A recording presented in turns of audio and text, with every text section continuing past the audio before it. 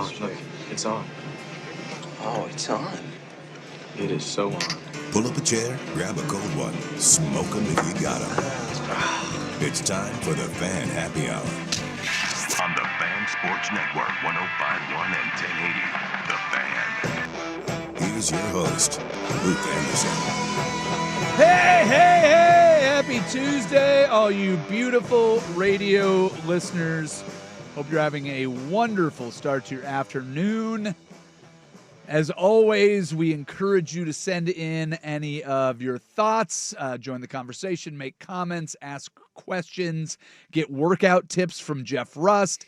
Just send a 16-ounce text curls at 503-2GO-FAN. That is 503-864-6326. You can also join us on YouTube. Leave your comments there. Speaking of Jeff Rust, Jeff, what's happening, man? I be here. Yeah, I can see you. Yeah. Yeah, this is glass in between us. So Yeah. I can So actually... like the NBA, they had World Be Free. I am the radio version. I be here. You be here. I don't know. Somehow it's lined up exactly where my reflection in the glass is perfectly lined up with where you're sitting. So two handsome it's- fellows you're looking at, huh? We are an amalgam. We are like this weird mix of how handsome I am and how handsome you are. Absolutely. And it is very difficult. Surprised that glass is still in one piece. Well, it's starting to melt. It is fantastic. Well, it's Tuesday, so we need to announce our winner. I think we talked about this yesterday. Mm-hmm. If you're just joining the program for the first time, every Thursday we play a little game called Take Your Pick. We do it Thursdays at 2:30.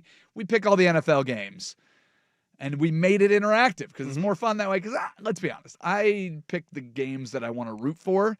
Right. The irony of this is because you and our listener Josh, whoever wins the pick'em gets to pick along with us. You guys both picked the Broncos. Wasn't sure I totally believed in the Broncos, and I don't believe in picking the same as everybody else. Right. So I went with the Cowboys against my better judgment. Uh-huh. And I lost by one game in the pick'em to sales guy Kurt. He is our big winner. So if you want to play along with the pick'em, we will release the form tomorrow, so you can join along with us. We'll put it up on the social medias and do the thing. But this Thursday, we have to invite Kurt back in. I always wondered why to join Dirk us. calls him Tubbs. I was like, that sounds not very nice. Put it on your notes. Because he's not like a portly individual or anything. Put it in your notes, and we'll talk about it on Thursday. Oh, I won't remember that. Wait, that's why. Again, this is why you put it in your notes. Scribble it down, put it on a Post-it note, take the Post-it note, put it on your forehead, staple it there. I won't remember that. I know. That's why I didn't say, hey, you should make a mental note. No, write it down. You dummy. Write it down, take a picture. I don't give a F. Yeah. Craig. All right.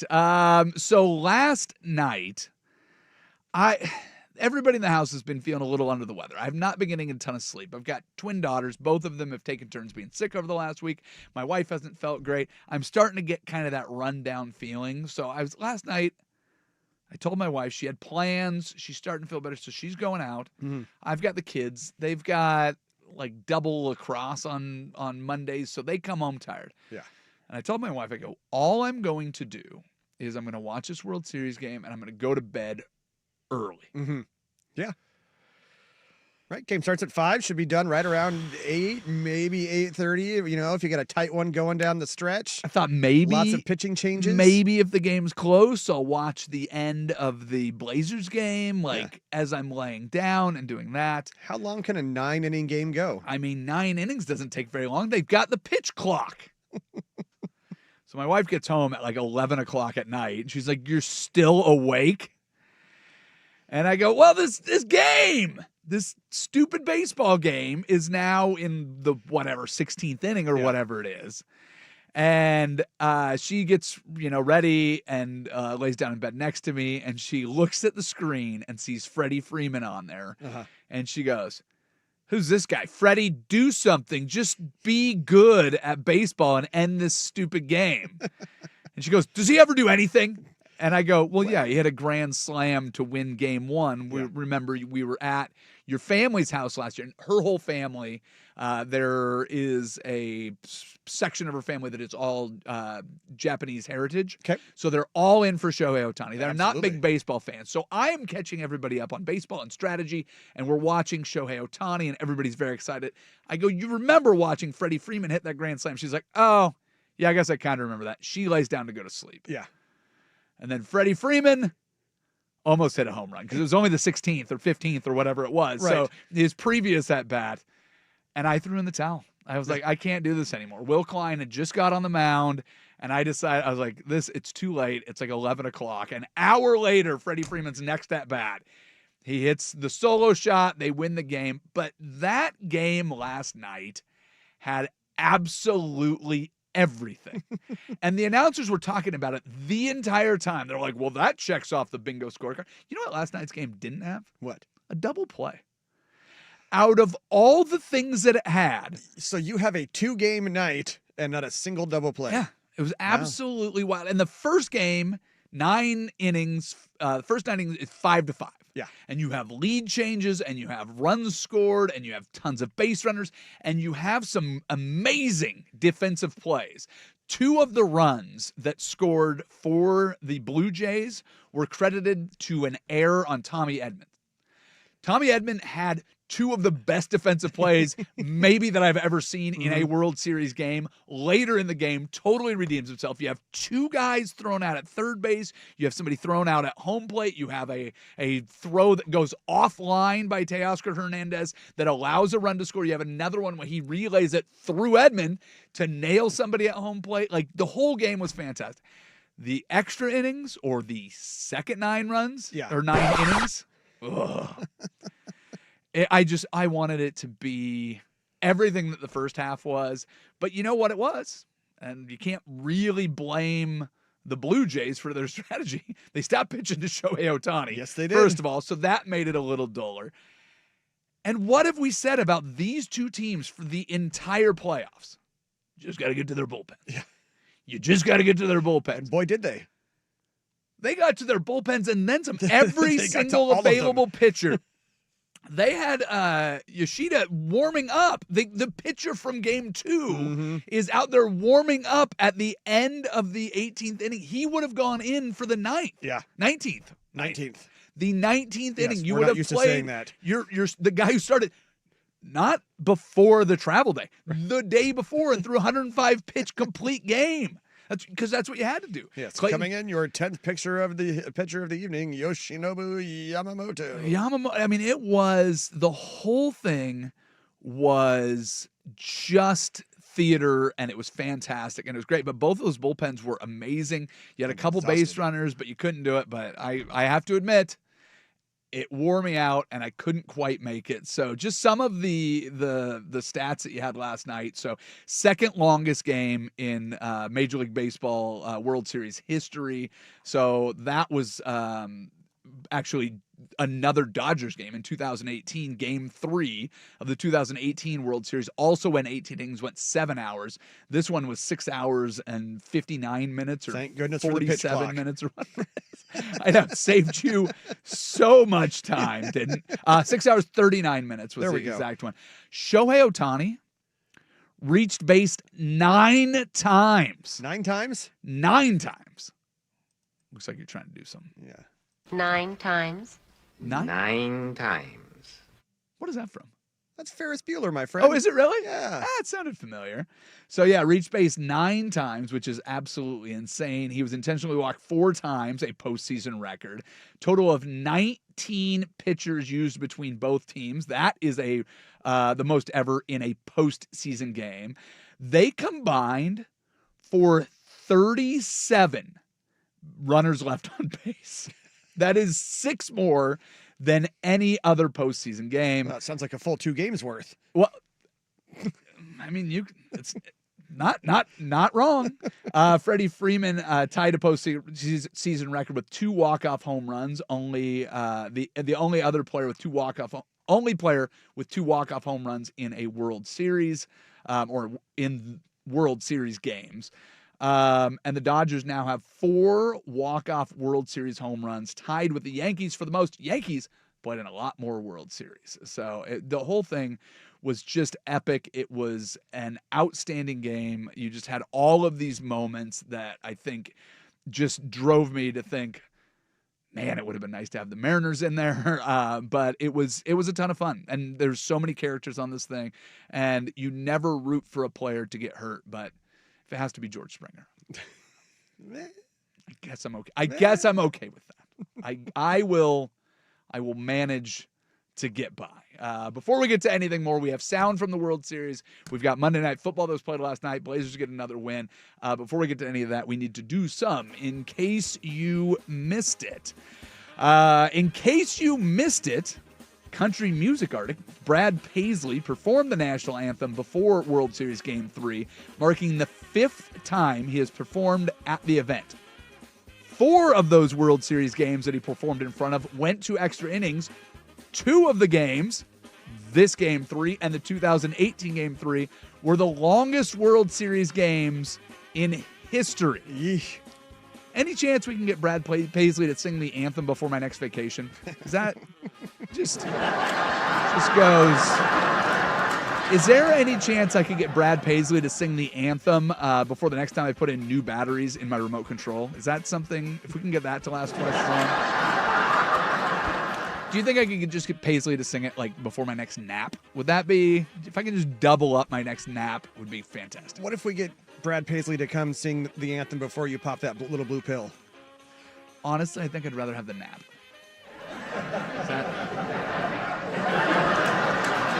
fair? We're so funny. Blue pills. We're so funny. All of my jokes just disappeared off of the screen. Thank you, Odyssey. I have to re-log in now to my login. Pay no attention to us stalling for time. And we are buffering, scrolling. In case you missed it. That's perfect timing. Yes. In case you missed it, following the blowout loss to the Denver Broncos, Coach Brian Schottenheimer has promised defensive changes, including adjustments to scheme and personnel. The first change is they will try to stop the other team. It's probably a good edge rusher might help with that. Yeah, I was going to go there, but I felt like that's low-hanging fruit. Maybe just like Piling on at this point. maybe just efforting to like maybe stop them, like on a single possession might be something to do. But I mean, hey, the Broncos, you can stop them the entire game, they'll still win. So give some credit to the Broncos. In case you missed it, Ole Miss head coach Lane Kiffin, a top candidate for openings at Florida and LSU, asserted he will not base his decision and coaching future on money. Obviously, if all he cared about was money, he wouldn't get a new job. He'd get fired from his current job. Am I right? That is today's landscape. I saw today currently $168 million going out to fired coaches. That's right. Just this season. The total buyout is $167.7 million. Brian Kelly, $54 million buyout. $49 million to James Franklin. $21 million to Bill Napier at Florida. $15 million to Mike Gundy at Oklahoma State. What do you want to bet Brian Kelly and Mike Gundy still apply for unemployment? Is that what? Sorry, I had to co-op that one. No, you're good. But don't you think they would? Those are the two guys. Absolutely. Yeah. Finally, in case you missed it, Carson Wentz will undergo season-ending shoulder surgery after playing through a painful injury. More importantly, Wentz extended his league record by starting for a 6th team over the last 6 seasons. And who says the transfer portal isn't getting kids ready for the NFL? Come on, let's go. I did double check. Joe Flacco, 6 teams in the last 8 years, including 2 stops in Cleveland. It is just, there is something going on with NFL quarterbacks. Sam Darnold, I think, has been on 4 teams in 4 years because he only did 1 year in Carolina, 1 year in San Francisco, 1 year in Minneapolis, and now 1 year in Seattle. Yes. So wonder where he's going to play next year. But, hey, just quarterbacks are getting used to it. So Just a bunch of rambling men out there, huh? That's right. All right, there's your in case you missed it. It is Tuesday, so at 2:30 we will do what we call play-by-play back. It is some sound from the biggest games over the weekend and the days preceding this. But right now we need to get to something we call the Daily Buzz. We do it next on Happy Hour. This is 105.1 The Fan.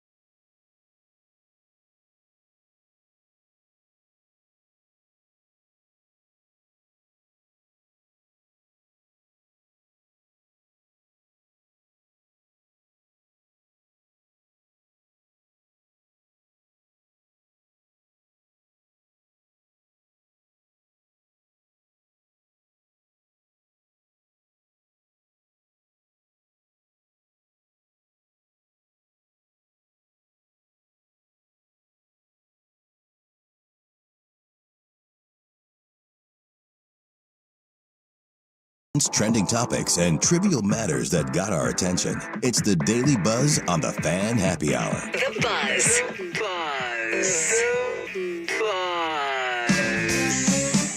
Here's your host, Luke Anderson. That is right, ladies and gentlemen. Obviously, the World Series game yesterday took a lot of people's attention, but you may or may not have noticed that the Blazers improved their record to 2-2. That's right, the Make 'em uncomfortable season is back to 500. The Trailblazers defeat the shorthanded Los Angeles Lakers 122-108. First road victory of the season. Their road trip does continue into Utah coming up here shortly. They're taking on, for the second straight game, a 50-point scorer from the previous game. So they had to take on Austin Reeves and company because you have no Luka, you have no LeBron. So did you watch any of that game? No. Okay. Not I don't know who any of those guys are except for Bronny James and Austin Reeves that are out there. No, Rui Hachimura? There's a couple names that are, there's a lot of, like, I'm like, who the hell is this guy out there? Dalton Connect? I again, kind of recognize them, but there was a lot of dudes where I was like, who's this guy? Who's this guy? What jersey number does Connect wear? Yeah. Hopefully he wears number 4. Connect 4. That'd be good. I don't know, honestly. I did not pay enough attention to. I've never been a real like pay attention to the numbers that people wear guy. But you know, it's that just popped into my head. No, it's very it's random very thought. Squirrel. It's very good. There was a high school football player, and I think he played for Union or Camas when I used to cover high school football for the Fan. His name was Jack Bauer, and he wore number 24. There you go. Dalton Connect, by the way, does wear the number 4. There you go, as he should. He understands the assignment. Blazers get a nice win. Denny Advia, 25 points on 5 of 8 shooting from 3. Drew Holiday, 24 points, 6 assists. Jeremy Grant, 22 points off the bench. The Blazers, a night after shooting very poorly against the Clippers, shot much better against the Lakers. And I don't know if this will be the way of the season for them. If they hit outside shots, they win games. If they don't, they lose. But they certainly looked a lot better. The stat that I really liked from the game, though, first quarter, super slow. And I was going back and forth between the World Series game and this. So watching the first quarter just in breaks, and I didn't watch the whole thing, it felt like they were going real slow. They looked tired back to back. You can understand that. Yeah. But once they picked up the defense, the game completely shifted. 25 forced turnovers. Maybe that's because you don't have your primary ball handlers if you're the Lakers. Maybe it's because the Blazers are playing very pesky defense. I would like to think it's a combination of the two, but 25 forced turnovers were fantastic. Yes. So good things. Early returns on the Blazers season, I say I like everything that they've got going on. They're mixing a lot of players through there. You are seeing some young Hansen. At the end of the games, you got Advia out there as your primary ball handler. I don't know if it will stay that way, but I feel pretty comfortable with that. Yeah. I like what I'm seeing. They're a feisty little team. Hey, and I have no problem with feisty little team. That sounds good to me. The Buzz. The Mariners chairman and majority owner, John Stanton, wrote an open letter to fans expressing his heartbreak over the ALCS defeat and pledging a commitment to winning the franchise's first World Series. So he went out there and said the Northwest deserves a championship. So this comes a couple days after Jerry Dipoto came out and says, our budget's basically going to be the same. And I don't know if John Stanton is listening to this show right now. I assume that he is. And if you are, wouldn't he be? The words are very nice. The Blue Jays spent $100 million more than you spent this year on your team. The Dodgers spent $200 million more than you spent on your team. But did they win 54% of their games? They did. Listen, they were a game away from the World Series. I have a feeling they were both well above 54%. Yeah, well, I don't look that high above it, but that's how you get into the playoffs, and that's what you need to do to compete. But I guess my biggest thing about this is if you're going to say that that's what it is, and I know that money isn't everything. The Blue Jays roster, and I can't remember what the stat was. Let me see if I jotted it down. But they were talking about the roster And I was thinking of something like a third of the roster spent time in the minor leagues this year. There's a lot of guys that came up and have really found their spot in it, but they do have stars on that team. Yes. And they did go out and get veterans. They do have former Cy Young winners in their rotation. Shane Bieber taking the mound tonight. Among them, there are plenty of guys on this Blue Jays team that are playing out of their expectations. I get that. You've got some guys that you can go and re-sign, and I would like to see that. And then there are going to be some free agents out there. If you do sign Josh Naylor to play first base, that doesn't mean you can't go get Pete Alonso to play DH. Do I think that they will do that? No, I do not. Of course not. No, I do not. But the words are nice, and you love seeing it from the chairman and majority owner that, hey, we really care, and we deserve this. All right, go out and spend a giant pile of money. By the way, Blue Jays 58%, Dodgers 57.4% Yeah. winning percentage. Yeah. So, yeah. Well, but again, over that, the Mariners were right at that threshold because they win 90 games. What does that make them? Hang on here. Where did the Mariners go? They were the Mariners were at 55.6, 90 wins. There Yes. you go. So and they got a bye. Mhm. So hitting 54 would have been in the tournament. 55 get you by. So you know what, you can make fun of that as much as you want. And Jerry Dipoto, Oh, and I I do. think I know you do. I think he regrets the phrasing of that, especially. Yeah. But it just means that, like, hey, we are going at this very strategically. We've got the good farm system. We've got some big bats that we have re-signed. I don't think anybody expected what they got from Cal Raleigh this year. Right. And you're getting him at a premium. So go in and connect the dots. Yeah. Go out and make it. And that 54%, that's basically Seattle's version of we projected to be a 53-win team with Al Farouk Aminu at the 4. What's Al Farouk Aminu doing right now? Not a whole lot. Is he Here anyway. Well, I know he's not doing anything here, but is he on a roster? Give me a second here. I don't no, I don't believe so. All right. The Buzz. I know how much you like hockey. How would you celebrate if your guy scored his 1700th career point for your hockey team? Well, Sure. in Pittsburgh, when Sidney Crosby got it, fans obviously were very excited. Well, one fan tumbled down the stairs before falling headfirst over the glass into the suite below as his way of celebrating the thing. So things got a little raucous need a Bacchiotomy. in Pittsburgh. So it was during the first period. The Penguins won 6-3. And yeah, the guy fell over. He declined to be hospitalized, as did the person that he fell onto in the suite below him. One thing that I always think of, it feels like every year in some sports, somebody falls off of one of the upper levels. Mhm. I don't need them to put up more security. I don't need them to do any of that. But every time I go up there, I'm like, do not be the idiot that falls over this edge. And there's been a handful of times. I think I did it a couple times this year. I know I did at least once for the Mariners playoffs. I had the very front of a section, but it wasn't the very front of the 300 section. It was just like a little break in the 300 section. So Gotcha. let's say row K was like the break where the stairs go up to the elevated level. And I just kept telling myself, man, if a home run or a foul ball, I guess it would have been a foul ball. If a foul ball comes up here, do not be the guy that tips over this and falls like 8 feet. I'm not reaching over this railing. Well, and then like break my arm or separate my shoulder or do Or something worse. stupid. Well, but this one was like That's 8 right, yeah. 8 to 10 feet. But oh man, being somebody that falls for a foul ball over that, or just falls in general. But that guy that fell onto the field, was that in Pittsburgh? I still remember years ago, and I remember if it was a field goal or an extra point, kicking the ball and it missed, it like went over the net and into the tunnel, and the guy jumping out of the stands to catch the Oh, kick yes! into and landing in the tunnel. That was a Bears Monday night game. Yeah, I think he wound up on Letterman like the next night. He won an ESPY. I think he won an ESPY. You'd like to have the cool moments, Yes. but yeah, man, that's the one thing I think of is the track. The all the cameras are tracking the ball. Don't be the guy that tips over the edge. But the good news is the guy did receive thoughts and prayers from Sidney Crosby. There we go. So, T's and P's. it's all good. Quick little I follow up. Al Farouk Aminu last played in the association in the 2020-2021 season, splitting time between Orlando and Chicago. Well, there you go.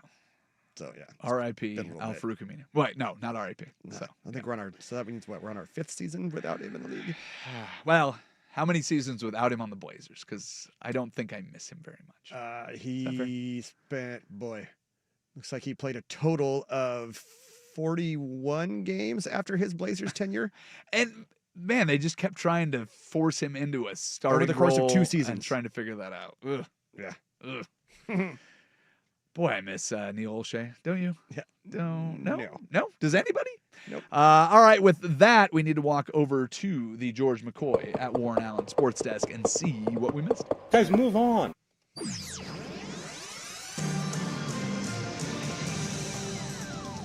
Well, Mr. Anderson, China,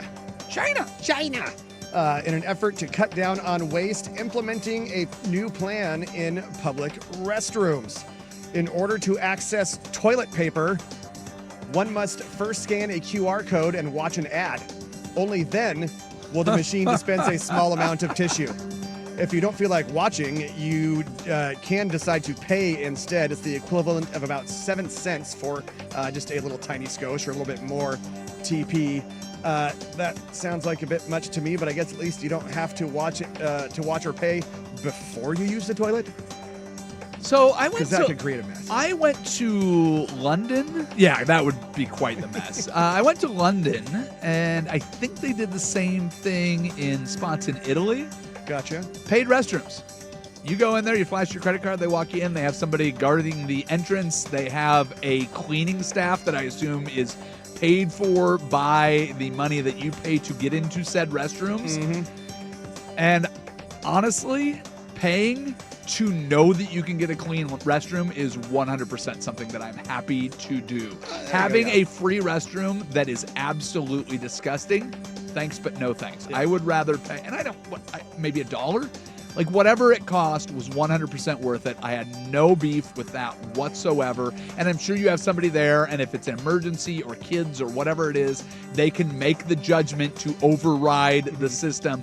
But that was delightful walking into a very crowded city. And I remember it was right along the Thames, and we were getting onto some ferry, and then it was like, it'll be a pound or whatever it was. And then I was like, all right, yeah, let's do it. There's your cash. There we go. There's the toilet, and it was spotless. And I was like, can I leave a tip for somebody? Like it was, and Europe, they don't let you tip. There we go.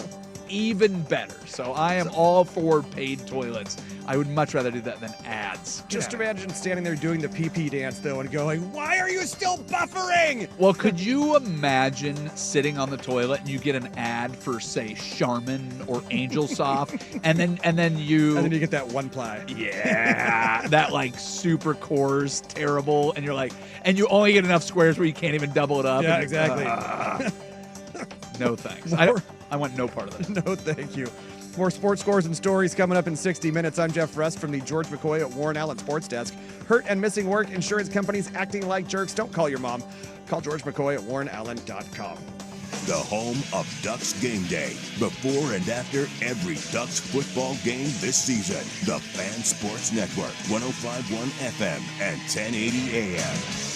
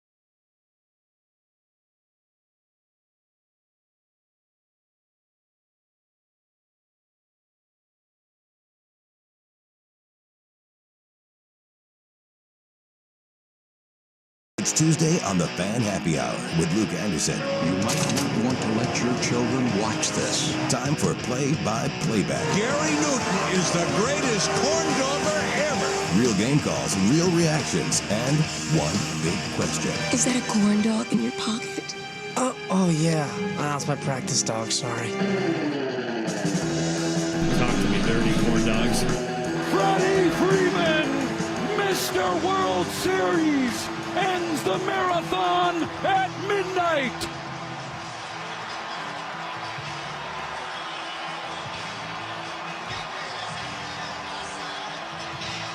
He is mobbed at home plate as the Dodgers walk it off in the bottom of the 18th inning. 6-5 the final to grab a 2-1 series lead. You want drama? Come to Dodger Stadium. And for those that left early, don't make any illegal lane changes right now. Tremendous analysis from the color commentator there on AM 570 LA Sports. Freddie Freeman now with walk-off home runs, I believe, in consecutive World Series. Yeah, nothing wrong with that. He's pretty good. Yeah, well, listen, you got to pitch around a couple guys in that lineup, and you can't. Is there pitch another around, one? You can't pitch around all of them. That's for sure. Well, you have back to back MVPs in that lineup, in Shohei, Mookie Betts, and Freddie Freeman. So there is a little something that you need to negotiate as you go through that lineup. Freddie Freeman ending what I can only imagine had to have been pure misery for whoever loses that game, which in this case is the Blue Jays. But you have to realize how exhausting that has to be for the players, of course. Mm-hmm. That's obvious. The fans, I mean, poor Rob Lowe. He was out there almost the entire time. Mary Hart. Was he wearing his NFL hat?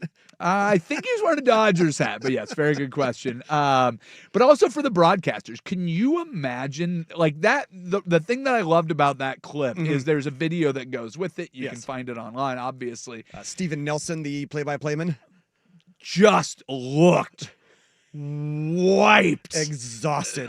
The one thing that I was the organ player as the game was going on, you could kind of see that they went through their entire catalog of hype music they had for the entire thing.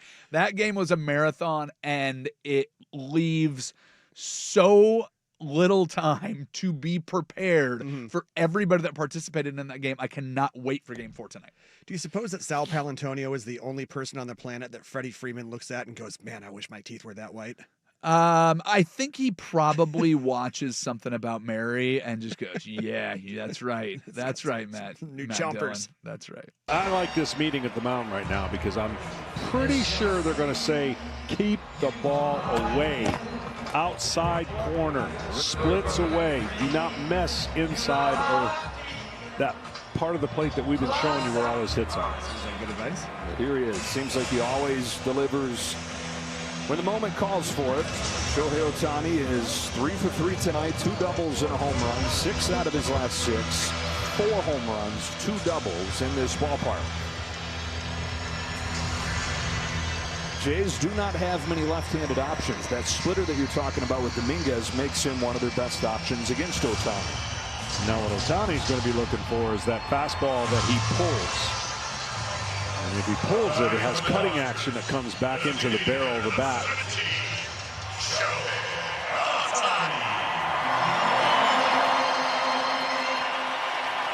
When you pitch late in the game, I don't care who you are. Location, location, location is the most important thing. Ohtani. Center caught fastball. Blast one. And ties it. Shohei. 5-5. Now that not edited at all. No, and I was real time. I was watching that, and I had to search as far and wide as I could. There are plenty of clips of just the home run. Yeah. That is first pitch meatball, but that's the third or fourth time I've listened to that today. Yeah. I watched that as it was happening and just going, everybody in the entire stadium knows that you do not put anything over the plate in this moment. You have the lead. You got them right where you want them. Just don't get beat. And first pitch gone. Yeah. Tie ball game. Shohei. They did not pitch to him the rest of the game. He ended up walking 4 times intentionally and walking a 5th time after I was fast asleep. Yeah. Where they did attempt, I think, to pitch him, but very they threw cautious. him 4 pitches, I believe. Very cautiously. Yes. But that's the way you do it. You can't let a guy who is going to tie the record from 1906 for 4 extra base hits in the game. It's that whole setup. I almost want to play it again, but you can go and listen to the Fan Happy Hour podcast. There we go. And hear it again if you want to. But that is just the don't think of what you don't want to do. Think of what you do want to do lesson that I got as a freshman playing baseball in high school. Don't say to yourself, don't throw it to the heart of the plate. That pitch felt like it was in slow motion and that swing was in full speed. My Italian grandmother was jealous of that meatball. And also, once again, Shohei Ohtani not doing or doing something not seen since Pegleg McPhee in 1878. The 9 times on base is insane. Insane. It's insane. Yes. 2nd and 6. Mahomes, end zone, caught by Kelsey. Touchdown. Patrick Mahomes knew that ball was important. He's the one to go down and get that football for touchdown number 83 for Travis Kelsey. And by the way, that beep in there, not covering up any Joe Buck curse words or anything. That was just to separate 2 different clips. So Travis Kelsey, he said passing Priest Holmes for the Kansas City lead, 83 touchdowns. Now, it looks like Kelsey's career is winding down. I think that's fair to say. Earlier today on the Old Firm with Harrison Meringue, Patrick was looking at a mock draft for next season. It started out looking at quarterbacks and who might go where to throw the ball. He got down to Kansas City at, I believe, like 18-ish or something, selecting Oregon tight end Kenyon Sadiq. Well, here's the thing that I've noticed about all of the weapons coming back to Kansas City. So last year they were not as robust as they once were at wide receiver. You have the Rice injury, and you have Xavier Worthy, who's still a rookie, and you just have all these injuries and trying to get things up. There is a idea that having more weapons at wide receiver actually makes things much easier for your tight end. And especially when you have someone like Travis Kelsey who can go and find space. I believe last night was the first 100-yard receiving yard for any pass catcher with the Kansas City Chiefs. Mm-hmm. And so having Kelsey just go out there and be that security blanket and be that extra set of hands is going to make it a lot easier for him. So when you have to figure out how to guard Juju Smith-Schuster, plus Xavier Worthy, plus Rashee Rice, plus Hollywood Brown, and you can get a complement of weapons, doesn't mean that everybody needs to get the ball equally. It just means that it's a lot harder for defensive coordinators to game plan against it, which is where Travis Kelsey feasts. This is another win for a team that we thought might be in the decline, and it was another convincing win. The Chiefs are looking more and more dangerous each week, and if you can make things easier for Travis Kelsey, and you've got a faster, more determined Patrick Mahomes out there, plus the complement of weapons, I think this could be kind of scary. Open things up for Rashee Rice, who just returned. Well, like I said, but not even opening up, having him open it up for Travis Kelsey, who you trust as much as anybody. And then on top of that, we know that this will all open up the run game, and they've got Pacheco healthy and a Pacheco Jr. Week to week after an MCL strain last night. Oh, he did have an MCL strain last night. Wow, they've also got his doppelganger that they drafted this year, who is looking fierce too. So either way, if the passing game can open things up for the running game, I don't want to mess with the Kansas City Chiefs right now. And of course, week to week doesn't mean that he's out this weekend. It just means they're going to monitor him the rest of the week. I appreciate that. It's been a long 10,064 days. Let's see. 50.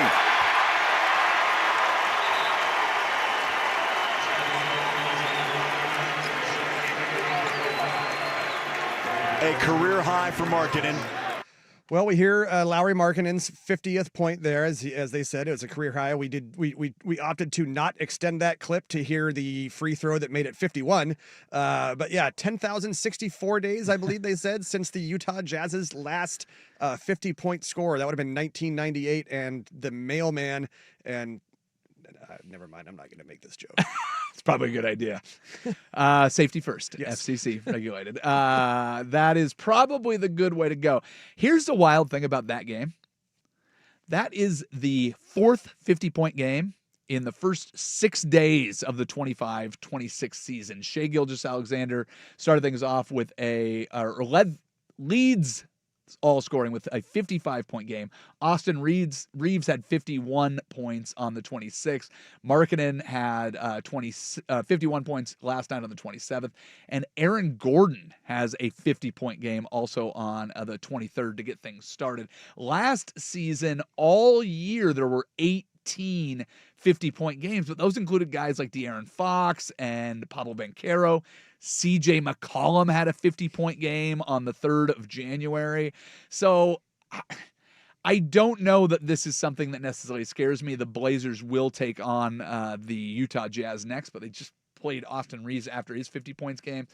I don't know how much credence we give it to. The one that is, I think, of highest note is 4 of the 50-point games last year were from SGA. And so him coming out early and doing that as defending champs, you can kind of concern yourself with that. But I don't know, man. I'll take a balanced scoring attack where you had 3 guys, including a bench player for the Blazers, scoring 20 each and winning going away against the Lakers. So having one guy out there and just chucking it up, scoring a lot of points, cool, man. But having a balanced team, an actual team defense, I'll go with that. How about this? It's been about 27 years since their last 50-point score. That is far more years than Karl Malone would prefer. There you go. By the way, that, my friend, It's a naked duck. that's a naked duck. What? Yeah. Put some clothes on. Well, Didn't think about going from a Karl Malone joke into something about anything being naked, but there we are. The Oregon Ducks seen in the student section joining everybody else that was shirtless in that atmospheric river at Autzen Stadium. Delightful moment. Boy, that game was Wet. It was. The weather was terrible, and I was talking to Dusty about it, guys. I was like, "How? It wasn't raining in the first quarter. Why did the offense look so stagnant?" It was apparently windy. Windy as all hell. As all get out on both ends of the stadium, Yes. and absolutely insane. And there is some work that the offense needs to put in. They get a bye week so they can go out and do it. But that defense for the Ducks looks outstanding. The other thing that I've been kind of poking fun at, you have the Grateful Ducks tie-dye uniforms, and it felt like they kind of minimalized that. It sounds like there was multiple drafts. I think Lanning and at least the coaching staff, they had some input on tamping down what seemed to be originally a much wilder look. Well, apparently they show all of those looks in like early March, and they didn't decide on this look until like mid-July. So those uniforms are kind of blanks where they can put on whatever number combo they want. So they're like, can we just put on tie-dye numbers and do something? The one thing that I will say is Autzen Stadium is an outstanding atmosphere, and going out there and having entertainment. And I seeing the naked duck, I don't care how bad the game is, we're going to make it entertaining for everybody. So kudos to the sense of humor that everybody around the football team has. And honestly, kudos to the head coach for taking football as a very serious undertaking in Oregon. I think it's the right combination of going, hey, you let me play football, you guys do whatever you want off the field, and I'm going to take care of everything on the field. I think it's just a matter of time before the Ducks figure out their offense, and hopefully they can do it in time for the playoffs. They feels like they should be a playoff team, unless you can stumble at Iowa, where it's going to be probably a bit of a defensive slog. I don't expect Iowa to score any points. All over it too at this point. What's that? It's got Big Nooner written all over it at this point. I think so. Washington seems to be a pretty good football team. And we won't find out until Sunday. Yeah, exactly. So it's the way they got it worked out. You're grimacing just because you have to be in early on Saturday. Yeah, I don't do well with 6 a.m. Well, let's just say that. I didn't schedule you for that, so don't look at me like that. Don't look at me in that tone of voice, young man. Shut your mouth when all you're right, talking to me. ladies and gentlemen, we need to get to one more for the road. We do it next. You are listening to The Fan Happy Hour on 105.1 and The Fan Sports Network.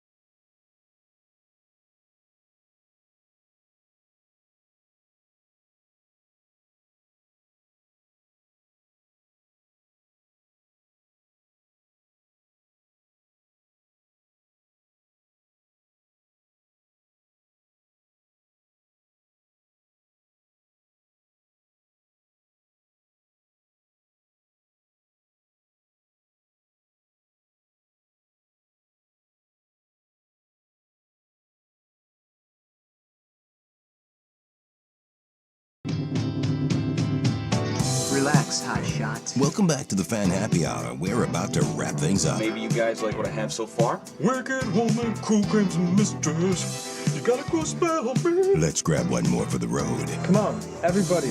Everything's smooth. Here's Luke Anderson. All right, Mr. Russ, what are the people saying on the text toy and YouTube chats? I oven mitt the TP. I'd be paying a lot.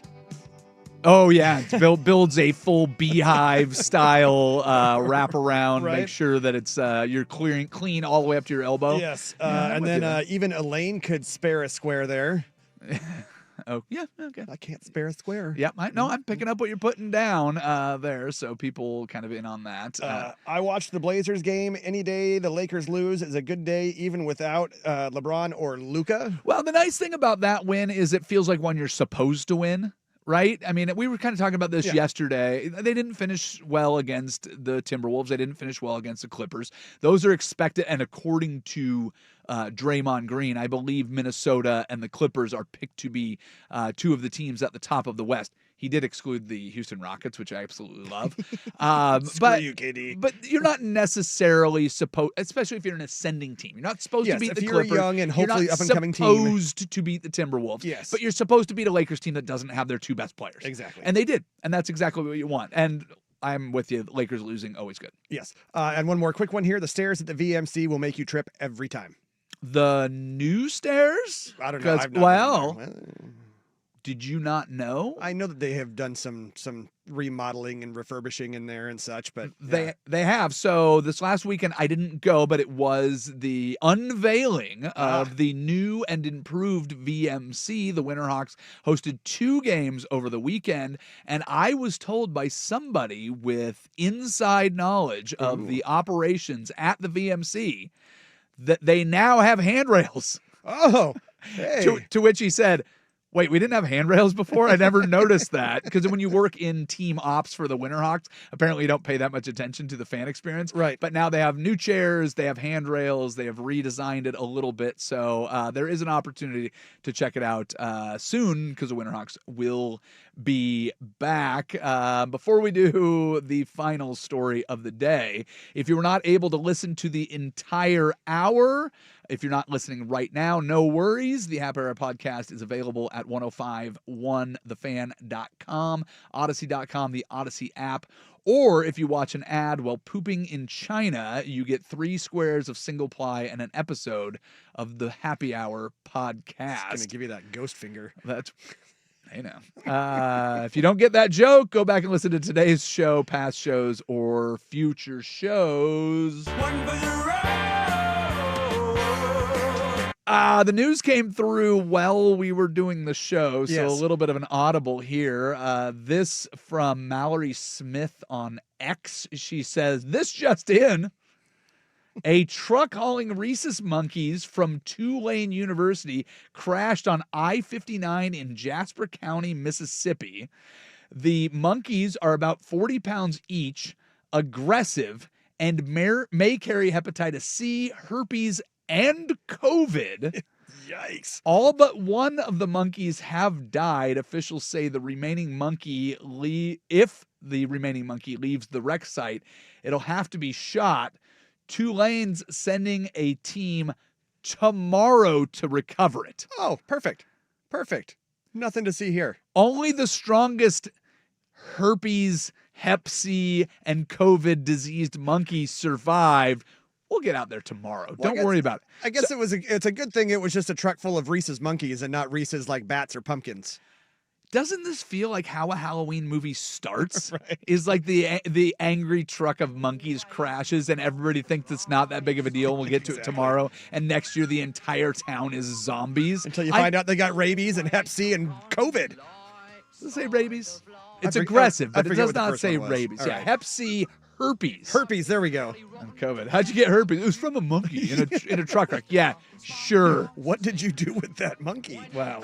What didn't I do with that monkey? I mean, holy cow. So, yes, if you're traveling through Jasper County. It's not cheating if it's your dog. Well, here's the other question. It's Jasper County, Mississippi. Do you think that's the biggest threat of driving through Jasper County, Mississippi? No. All right. Well, thank you, everybody, Watch for out for the listening. banjos. Thank you, Jeff Rust. Thank you to all the monkeys. And, of course, thank you, Isaac Ropp. We're all done for now. Bye-bye.